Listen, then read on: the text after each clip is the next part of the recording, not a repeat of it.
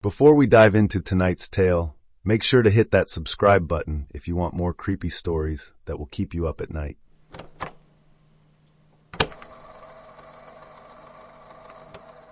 This thick fog's draped over a suburban neighborhood. You know the type. Quiet streets, cookie-cutter houses with those fake shutters, lawns mowed just so. The air's heavy, swallowing up sounds, making everything feel muffled and strange.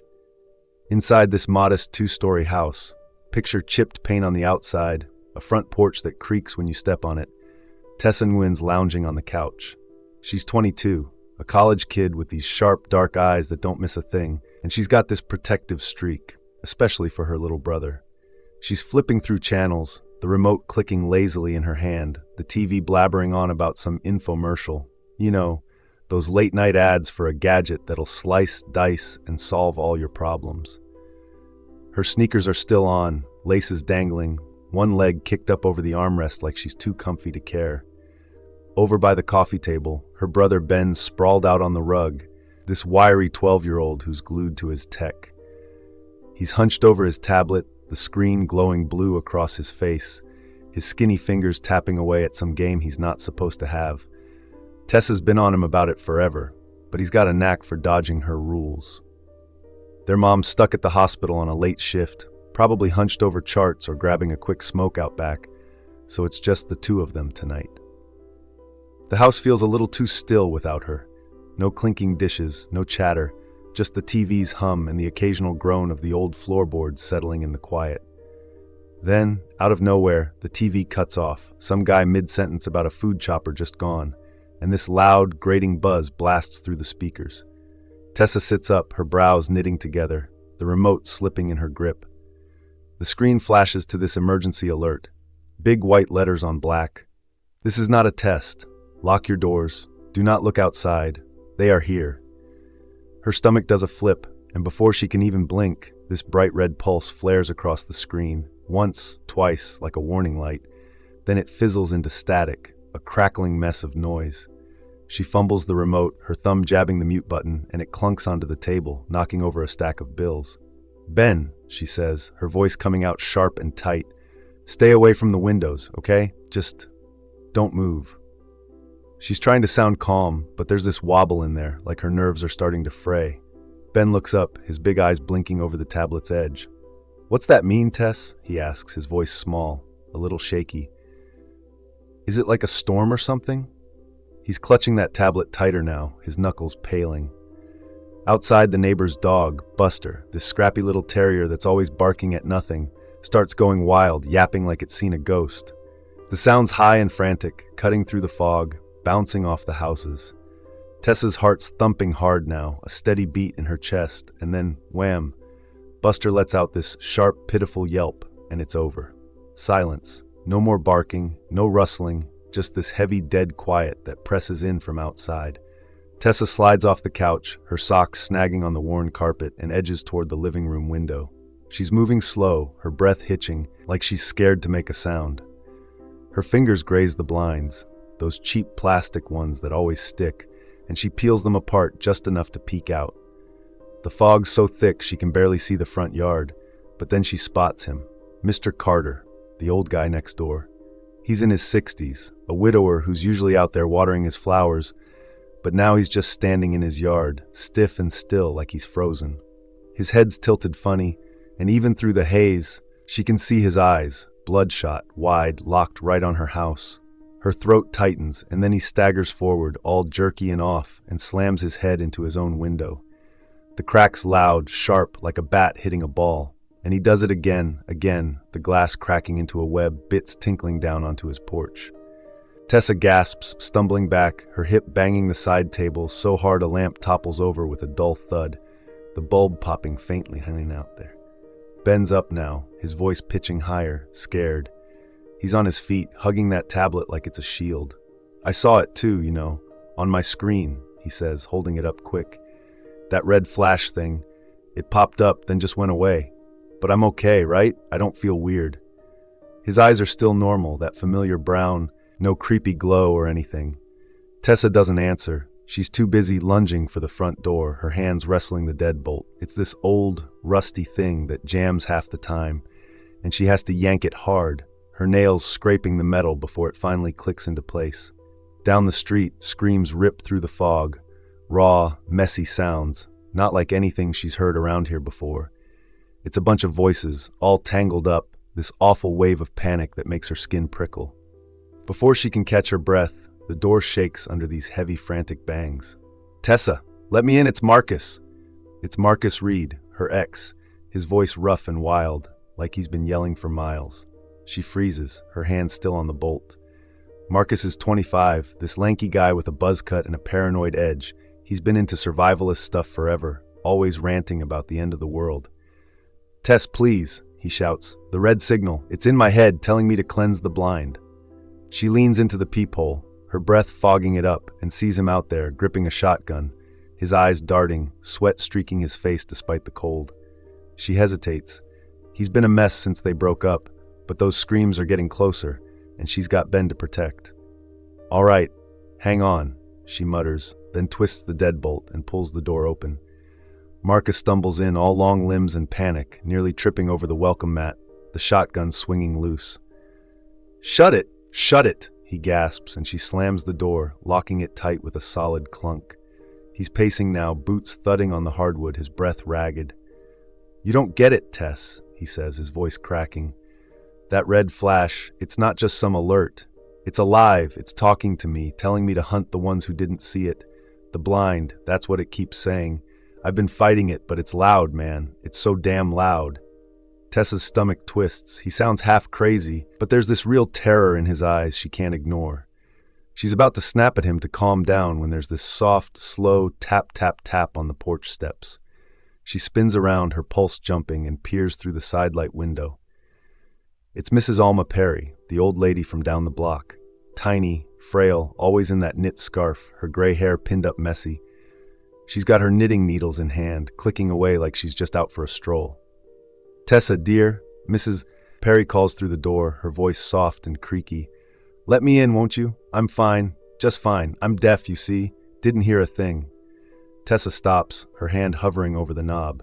"Hold up," she says, loud enough for Marcus to hear. "If you're deaf, how'd you know something's wrong? How'd you even get here?" Her voice is sharp, wary. Makes sense, right? Marcus swings the shotgun up, aiming at the door, his hands shaky. "She's hiding something," he hisses. "Don't do it." Perry tilts her head, giving this little smile. "Oh, sweetie," she says, slow and patient. "I saw the lights flicker, felt the house shake a bit, old places creak, you know. Then I looked out and saw folks running around crazy. Thought I'd check on you kids." Tessa frowns, chewing her lip. It's not airtight, but it fits for an old lady who's lived here forever.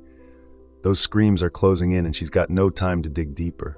"Fine," she grumbles, cracking the door just enough for Mrs. Perry to shuffle in, her slippers scuffing the floor.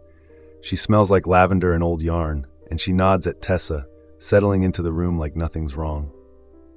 Marcus lowers the gun, but his eyes stay on her, narrow and twitchy. Tessa's about to say something when the TV flickers back on. No one touched it, but there it is, the screen glowing with this deep pulsing red light that washes over the room like a tide. Her breath catches and she glances around. Ben's scooting closer to her, his tablet forgotten on the rug, whispering, "Tess, what's going on?" Marcus freezes, staring at the TV, his jaw tight, the shotgun trembling in his grip. Outside, those screams swell, rolling through the fog, and it's starting to sound less like chaos and more like something organized, something that's coming for them. So, the living room's bathed in that creepy red glow from the TV, pulsing like it's got a heartbeat of its own, and Tessa's standing there, her chest heaving, trying to figure out what the hell's happening.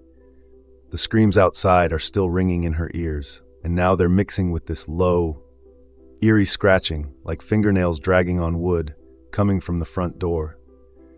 She shakes herself out of it, wipes her sweaty palms on her jeans, and starts moving. "We've got to block this place up," she says, her voice tight but steady, like she's forcing herself to take charge. She grabs the edge of the coffee table, that scratched-up old thing their mom got from a garage sale, and drags it across the carpet, the legs screeching as they catch on the fibers. She shoves it against the window by the couch, the one Mr. Carter was staring through, and the blinds rattle as it thumps into place. Marcus is pacing behind her, his boots thudding back and forth across the hardwood, the shotgun swinging in his grip like he's itching to use it. "It's still there, Tess," he mutters, his voice low and ragged, like he's talking to himself. "That voice in my head, it's telling me they're out there, waiting, watching."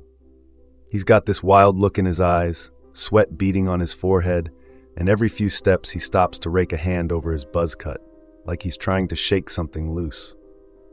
Tessa shoots him a glance but doesn't say anything. She's too busy hauling a chair from the dining room, its wooden frame creaking as she wrestles it over and wedges it against the back door.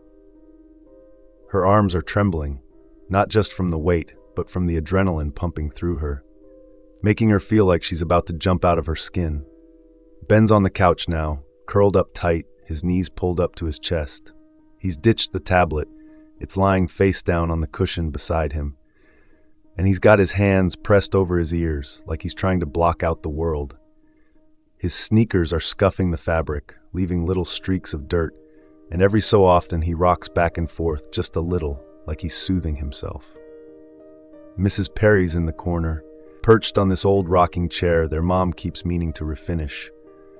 She's knitting away, her needles clicking in this steady rhythm, click, click, click, like it's any other night. The scarf she's working on is this dull gray, pooling in her lap, and she's got this calm, almost sleepy look on her face that feels so out of place it's almost creepy.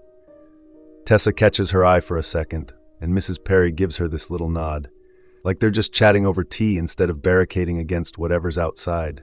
And outside, man, it's getting worse. Tessa can hear it through the walls, this growing murmur like a crowd gathering. She risks a peek through a gap in the blinds, her fingers trembling as she pulls them apart and her breath fogs the glass. There they are, dozens of them, neighbors she's known forever, standing in the street, the yard, the driveway. Their eyes are glowing red, unblinking, locked on the house like they can see right through the walls. There's Mr. Carter, his forehead still smeared with blood from his window-smashing stunt, and Mrs. Lopez from 2 doors down, still in her bathrobe, her hair a mess. They're not rushing or yelling, they're just waiting, their movements slow and patient, like they've got all the time in the world. Then the scratching starts up again, sharper now, at the door, the windows, a faint scritch, scritch, scritch that makes Tessa's teeth ache. And then, oh God, they start whispering her name. Tessa, Tessa. It's soft at first, barely audible, but it builds, dozens of voices weaving together into this chilling chorus that slithers through the cracks in the house. She spins away from the window, her heart slamming against her ribs, and that's when she notices Ben. He's stopped rocking, his hands dropping to his lap, and he's staring at the floor, his shoulders hunched. "Tess," he mumbles, his voice so quiet she almost misses it over Marcus's pacing. "I feel weird." She steps closer, her sneakers squeaking on the hardwood, and crouches down in front of him. His eyes flick up to hers, and her stomach drops like a stone. There's this faint red creeping into the edges, just a hint, like blood seeping into water. "What do you mean, weird?" she asks, trying to keep her voice steady, but it's shaking anyway. He swallows hard, his Adam's apple bobbing. "Like something's pulling me. Out there. I can hear them, Tess. They're calling me." His words tremble, and his hands twitch in his lap like he's fighting not to move. Tessa's on her feet in a flash, her mind racing. No, you're not going anywhere," she says, more to herself than him. She bolts to the hall closet, yanking the door open so hard it bangs against the wall. She digs through the mess, coats, a busted vacuum, a box of Christmas lights, until her fingers close around a coil of rope, some old camping stuff their mom never threw out. She's back at Ben's side in seconds, the rope rough against her palms, and she starts looping it around him, tying him to the dining chair she dragged over earlier. "Tess, stop," he begs, his voice cracking, tears welling up in his eyes. "Let me go, please. They're calling me. I need to go." He's pulling against the knots, his skinny arms straining, but she keeps going, her own tears streaking down her face, hot and fast. "I'm sorry, Ben," she chokes out. "I can't lose you too." The knots are sloppy, but they hold, and she steps back, her hands shaking so bad she shoves them into her pockets. Marcus stops pacing, his head snapping toward Ben. "He's turning, Tess," he growls, swinging the shotgun up, the barrel glinting in the red light. "You see his eyes? He's one of them now." Tessa's in his face before he can finish, shoving the barrel aside with both hands, the metal cold against her skin. "He's my brother," she hisses, her voice raw, her glare locking with his. "You pull that trigger, and I swear, Marcus, I'll end you myself." He stares back, his jaw tight, but he lowers the gun, muttering something under his breath about damn fools. Mrs. Perry's still knitting, her needles clicking away, and she lets out this little hum, like she's oblivious to the whole thing, or just doesn't care. Then, cutting through the fog, there's this screech of tires on asphalt, headlights slicing through the haze. Tessa jerks toward the window, peering out as a police cruiser skids into the driveway, gravel crunching under the wheels. The door flies open, and out steps Detective Laura Voss. 35, all business, with short dark hair and this no-nonsense glare that could cut glass. Her badge glints on her jacket, her pistols holstered at her hip, and she's storming up the porch steps like she owns the place. She bangs on the door hard. "Police! Open up!" Tessa hesitates. Things are already a mess, but she twists the deadbolt and lets her in. Voss strides inside, her boots loud on the floor, her eyes darting from Marcus's shotgun to Ben tied up in the chair. "Got a 911 call from this address," she barks, her voice clipped. "What the hell's going on here?" Tessa shakes her head, wiping her face with her sleeve. "I didn't call anyone," she says, confused, her voice hoarse. "We've been too busy trying to—" She stops, not sure how to even explain it. Voss narrows her eyes, glancing around. "I saw the alert," she says, "on my radio in the car. Just static, no red screen crap. Now someone tell me what's happening before I start cuffing people." Marcus scoffs, stepping closer, the shotgun still in his hands. "Liar," he snaps. "You're one of them. I can feel it. You saw that red flash, didn't you?" Voss doesn't flinch, just stares him down, her hand resting near her holster. "Back off, Rambo," she says coolly. "I'm here to help, not play your conspiracy game." Tessa grabs Marcus's arm, pulling him back. "Shut up, Marcus," she mutters. "We need her. Look outside. She's not like them." She's desperate, clinging to the hope Voss is still normal, still human. She points to the window, and Voss steps over, peering through the gap in the blinds. The red-eyed are still out there, but now they're shifting, moving into these neat, orderly rows, like soldiers lining up for inspection.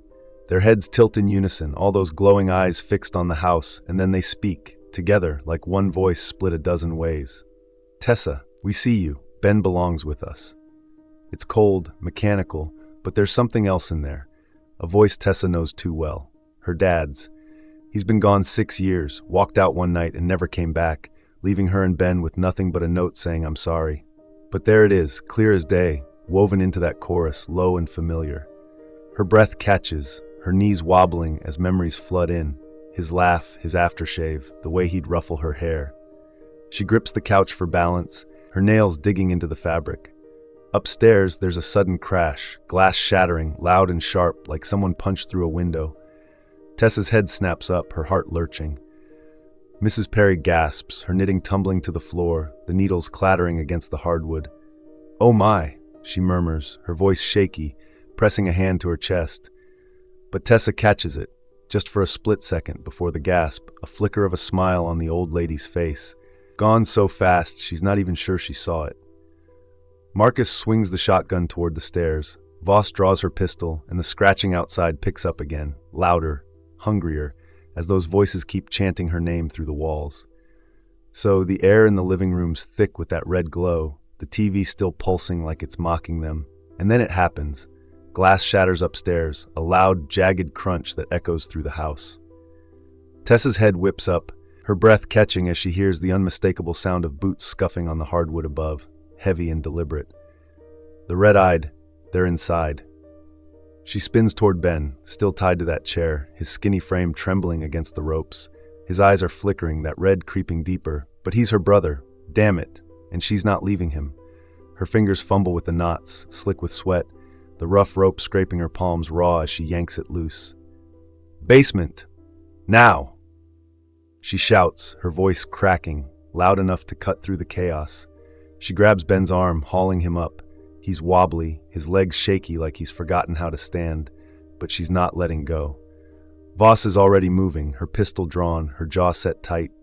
She grabs Marcus by the collar of his jacket. He's still clutching that shotgun, his knuckles white, and drags him toward the hall. "Move it, hot shot," she snaps, her voice low and urgent, her boots thudding on the floor. Marcus stumbles, cursing under his breath, his free hand scrabbling at the wall for balance. Tessa glances back at Mrs. Perry, expecting the old lady to follow, but she's gone, just vanished in the shuffle. That rocking chair's empty now, still creaking faintly like it's got a mind of its own, and her knitting sprawled on the floor, the gray scarf tangled up with those needles. Tessa squints, her heart lurching. There's a dark smear on the yarn, wet and glistening, like fresh blood. She doesn't have time to process it. The pounding upstairs is getting louder, footsteps thumping down the hall toward the stairs. They stumble into the kitchen, Tessa half dragging Ben, his sneakers skidding on the linoleum. She kicks the basement door open. It's this flimsy thing, paint peeling off in strips, and the group tumbles down the narrow steps, the wood groaning under their weight. Marcus is last, spinning around to slam the door shut behind them. He fumbles in the dim light, his hands shaking as he grabs a crowbar, leaning against the wall, some old tool their mom kept for prying open paint cans, and jams it under the knob, wedging it tight. "That'll hold him," he mutters, but his voice is shaky, like he's not so sure. From the other side, there's this slow, deliberate scratching, scritch, scritch, like claws testing the wood, and Tessa's stomach twists. The basement's cold, damp, the air smelling of mildew and old cardboard. Bare bulbs dangle from the ceiling, flickering just enough to cast jittery shadows on the concrete walls. Tessa lets go of Ben, her hands hovering near him, ready to grab him again if she has to. He's standing there, swaying a little, and when he looks up at her, God, his eyes are fully red now, glowing like embers in the dark. He smiles, this eerie, peaceful little curve of his lips that doesn't belong on his face. "They're family, Tess," he says, his voice soft, almost dreamy. "Dad's waiting out there for me." Tessa's breath catches, her chest tightening like someone's squeezing it. "Snap out of it, Ben," she yells, and before she can stop herself, she slaps him, hard, her hand stinging as it connects with his cheek. The sound's sharp, a loud crack that bounces off the walls, and his head jerks to the side, but that smile doesn't fade. He grabs her wrist, his fingers wrapping around it like a vice, so tight she gasps, her bones grinding under his grip. He's just a kid, but it's like he's got steel in him now. Marcus lunges forward, the shotgun swinging up, his voice a growl. "He's gone, Tess, let me." But Voss is faster. She steps in, her pistol's butt cracking against the back of Marcus's skull with a dull thud. He crumples to the floor, the shotgun clattering beside him, his body slumping against a stack of dusty boxes. "We need answers, not corpses," Voss whispers, her voice tight, her eyes flicking to Tessa like she's checking if she's okay with it. Tessa nods, her wrist still throbbing where Ben's holding her, tears prickling at the corners of her eyes. She yanks herself free, stumbling back, her sneakers scuffing the gritty floor. She's breathing hard, her gaze darting around the basement, looking for something, anything, to make sense of this. That's when she spots it, the old rug in the corner, this faded thing with swirls of brown and orange their moms had forever. It's askew, one edge flipped up like someone kicked it. She drops to her knees, her hands shaking as she grabs it and yanks it back, the fabric rasping against the concrete. Underneath, there's a trapdoor, wooden, weathered, with a rusty ring bolted into it. A faint hum's coming from below.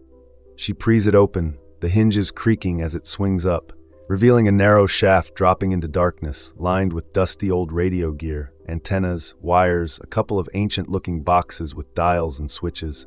The walls down there are pulsing with that same red light from upstairs, faint but steady, like it's alive. Then a voice floats up, Mrs. Perry's, soft and calm. "You're late, Tessa." Tessa freezes, her blood running cold. She glances at Voss, who's hoisting Marcus up. He's groaning, blinking awake, rubbing the back of his head. And then at Ben, who's just standing there, that creepy smile still plastered on his face. Tessa grabs a flashlight from a shelf nearby, clicks it on, and shines it down the hole. The beam catches on cobwebs and rust, but the tunnel stretches out, heading somewhere. Toward Mrs. Perry's house, maybe, just a few doors down. "We're going in," she says, her voice firm despite the shake in it. She starts down the ladder. the rungs cold and slick under her hands, her sneakers thudding softly as she hits the dirt floor below. Voss follows, half carrying Marcus, who's muttering curses as he stumbles along, his shotgun slung over his shoulder. The air's thick down here, musty and close, and that hum's louder now, vibrating through the walls. Ben's behind them, and then, snap, he twists free from Tessa's grip, his movements sudden and sharp. He bolts ahead, sprinting down the tunnel, his laughter echoing back, high and strange, like it's not even his anymore. Tessa shouts after him, her voice raw, but he's gone. Swallowed by the shadows. Above, through the ceiling, there's this faint lilting sound, like a song. It's a nursery rhyme, one their dad used to hum when they were kids, back before he bailed. Hush, little baby, don't say a word. The red-eyed are singing it, their voices drifting down, soft and wrong, and Tessa's knees buckle for a second, her hand bracing against the wall as the memory hits her, him sitting on the edge of her bed, humming it while she drifted off. Marcus steadies her, his grip rough but solid, and Voss pushes past, her pistol raised, her face hard. Keep moving, she says, and they stumble forward, the tunnel stretching out ahead, the red light pulsing stronger with every step. So the tunnel's tight and damp, that red light pulsing through the walls like a heartbeat, and Tessa's leading the charge, her flashlight beam bouncing off the dirt floor as she stumbles forward. Her sneakers kick up little clouds of dust, her breath puffing out in short, sharp bursts. She's running on fumes now, but she can still hear Ben's laughter echoing ahead, that weird hollow sound that's twisting her gut. Marcus is limping behind her, his boots scuffing the ground, one hand clutching that shotgun, while the other presses against the back of his head where Voss clocked him. He's muttering curses under his breath, something about damn cops and should have stayed in my bunker, his voice rough and gravelly. Voss is bringing up the rear, her pistol still in hand, her jaw clenched so tight you can see the muscles twitch. She's moving steady, but there's this edge to her, like she's holding something back. The tunnel widens, the dirt giving way to concrete, and they spill out into this bunker, some kind of underground room tucked beneath Mrs. Perry's house. It's bigger than Tessa expected, the walls lined with these flickering monitors, their screens casting a jittery glow across the space. There's machinery everywhere, humming consoles, tangled wires snaking across the floor, old-school radio gear that looks like it's been here since the Cold War. The air's thick with this low, buzzing drone, like a swarm of bees trapped in the walls, and it's making Tessa's teeth ache. She stops short, her flashlight dropping to her side, the beam swinging wild as she takes it all in. Mrs. Perry's there, standing at this big console in the center, her back to them. She's not hunched over anymore. Her shoulders are straight, her scarf gone, and those knitting needles are plugged into the system, jabbed into ports like they're part of the damn circuitry.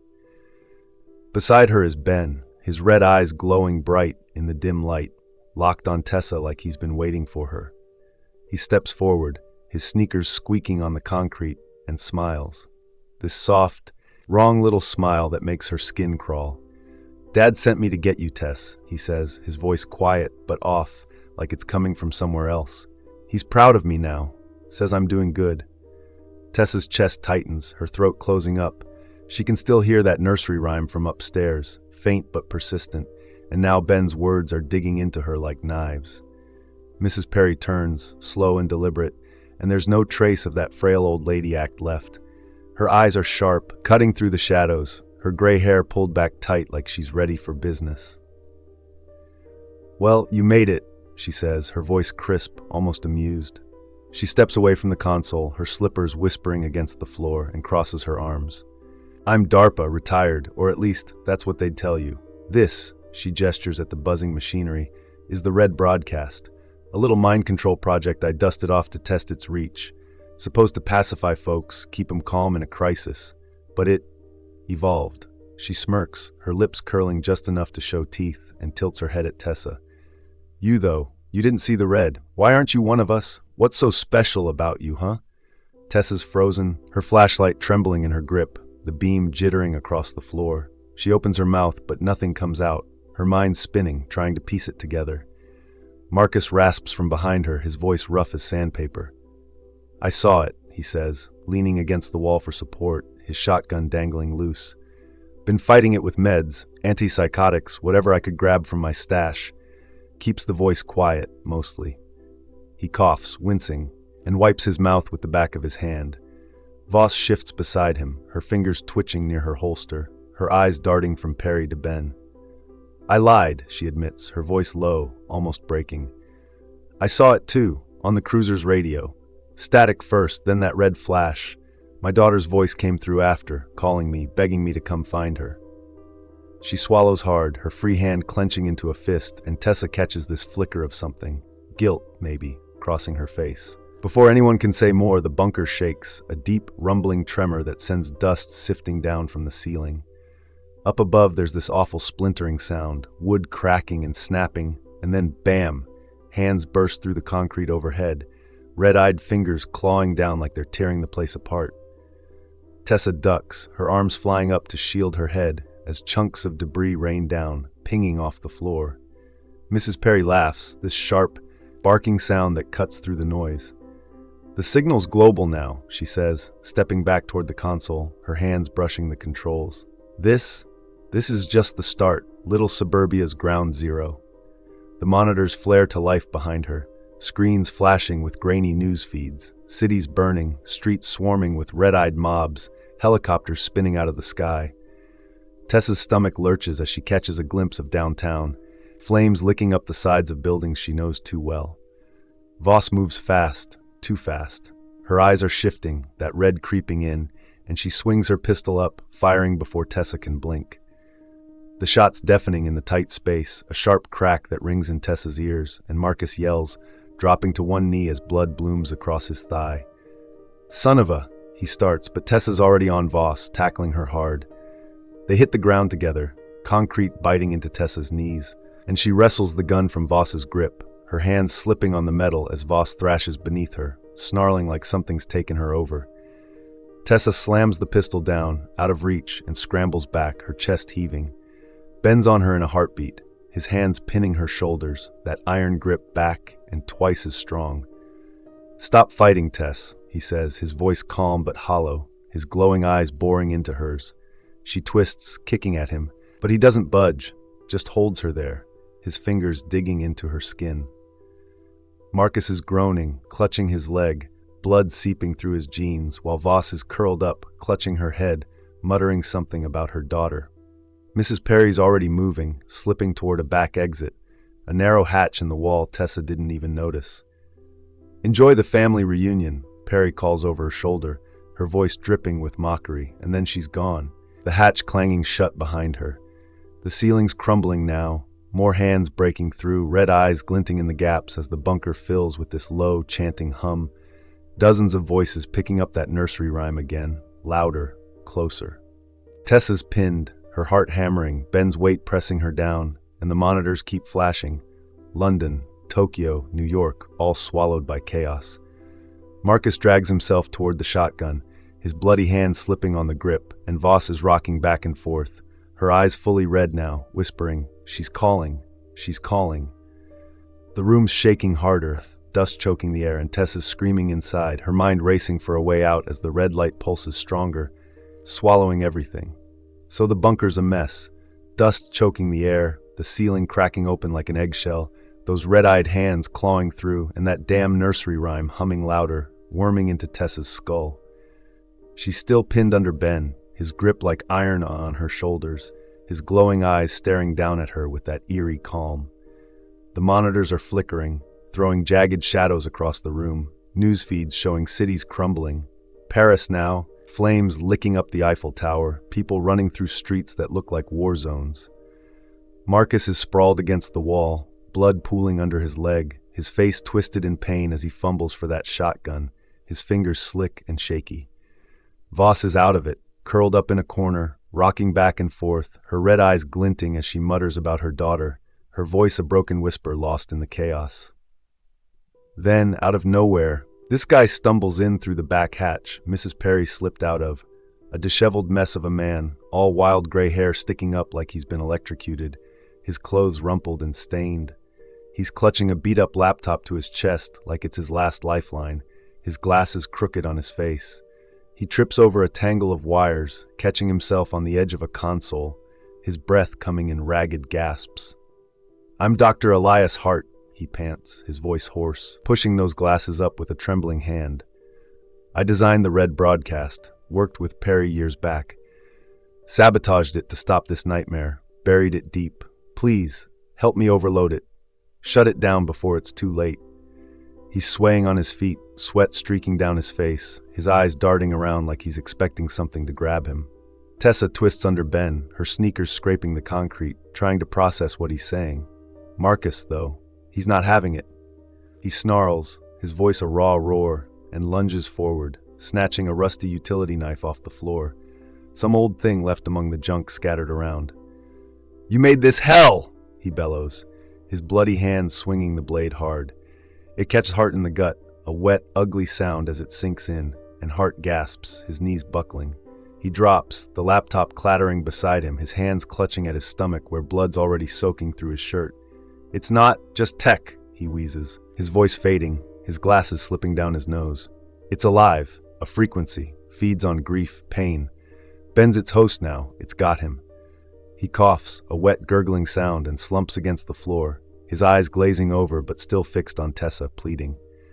Ben's grip on her tightens for a second, then loosens as he stands, stepping back slow and deliberate. His voice shifts, deepens, splitting into this layered chorus like a dozen voices speaking through him at once. "Stay with me, Tess. We'll be gods, together forever." It's not just Ben anymore. It's something bigger, something wrong, echoing off the walls. Tessa scrambles to her feet, her legs shaky, her chest heaving as she stares at him. Up above, the ceiling gives way, wood and concrete crashing down, and the red-eyed pour in, tumbling into the bunker like ants spilling from a nest. But they don't attack. They land on their knees, heads bowed low, dozens of them forming this weird silent circle around Ben. Their glowing eyes dim, their hands resting limp on the floor like they're worshiping him. Mr. Carter's there, his bloody forehead glistening, and Mrs. Lopez, her bathrobe torn, all of them kneeling like he's their king. Tessa's heart's pounding so hard she can feel it in her throat, but she spots Hart's laptop, its screen still glowing faintly through the dust. She dives for it, her knees skidding on the concrete, and snatches it up, her fingers trembling as she flips it open. Hart's voice rasps from the floor, barely audible. Blue button, overload sequence. She finds it, a little icon blinking on the cracked screen, and slams her thumb down on it, holding her breath. The machinery around them whirs louder, this high-pitched whine building up, and sparks start popping from the consoles, little bursts of light spitting into the air. The red glow on the walls flickers, stutters, then starts to fade, like someone's turning down a dial. The kneeling red-eyed twitch, their heads jerking, and one by one they slump, collapsing into heaps, their eyes going dark, their bodies limp like puppets with cut strings. But Ben, he's still standing. The sparks reflect in his glowing eyes, and he turns to Tessa, that sad little smile creeping back. "It's too late," he says, his voice soft again, just him now, no chorus. "I'm home, Tess. They're my family." He steps back, slow and calm, toward the shadows at the edge of the bunker where the tunnel stretches out. Tessa lunges, her hands outstretched, screaming his name. "Ben, no!" Her voice raw and breaking, echoing off the walls. But he's gone, slipping into the dark, so his silhouette swallowed up like the shadows ate him whole. She drops to her knees, her scream fading into a sob, her fists pounding the concrete until her knuckles bleed, the laptop clattering beside her. The bunker's quiet now, too quiet. The monitors are dead, their screens black, the machinery silent, except for a faint hiss of smoke curling up from fried circuits. Marcus groans, dragging himself closer, his leg leaving a dark smear on the floor. We stop it?" he mutters, his voice thick with pain, his bloody hand clutching that knife like he's still ready to fight. Tessa doesn't answer. She's staring at where Ben disappeared, her breath hitching, tears cutting tracks through the dust on her face. Hart still sprawled out, his chest barely moving, his glasses cracked and dangling off one ear. Above, the red-eyed bodies are scattered like broken dolls, their faces slack, normal again. But Ben's gone, and that nursery rhyme's still looping in her head, faint and taunting, like it's carved into her bones. She wipes her face with her sleeve, her hands shaking, and forces herself to stand, the weight of it all pressing down as the bunker creaks around them. threatening to cave in completely. So, the bunker's falling apart, chunks of concrete dropping from the ceiling, dust swirling thick enough to choke on, and that faint hiss of fried machinery still curling up from the consoles. Tessa's on her feet, her legs wobbly, her knuckles stinging where she pounded the floor. Ben's gone, vanished into the shadows, and the silence is pressing in, heavy and wrong. She turns to Marcus. He's slumped against the wall, his face pale, blood soaking through his jeans from that gunshot wound. "Come on," she says, her voice hoarse, cracking like dry wood. She hooks her arm under his, hauling him up. He's heavier than he looks, all lanky muscle and dead weight, and he groans, his breath hot against her neck. "Move, Marcus, we're not dying down here," she mutters, half dragging him toward the tunnel they came through, her sneakers crunching over debris. They pass Voss, sprawled out near the consoles, her body twisted at an odd angle. Tessa stops for a second, her chest tightening. Voss's eyes are open, staring up at nothing, back to their normal brown, no red glow left. But they're empty, lifeless, like whatever took her burned out and left the shell behind. "Damn it," Tessa whispers, her throat closing up. She tightens her grip on Marcus and keeps moving, stepping over Voss's legs, the toe of her sneaker brushing against the cop's cold hand. Marcus doesn't even look down, just grunts, his free hand clutching his leg, blood dripping onto the concrete with every step.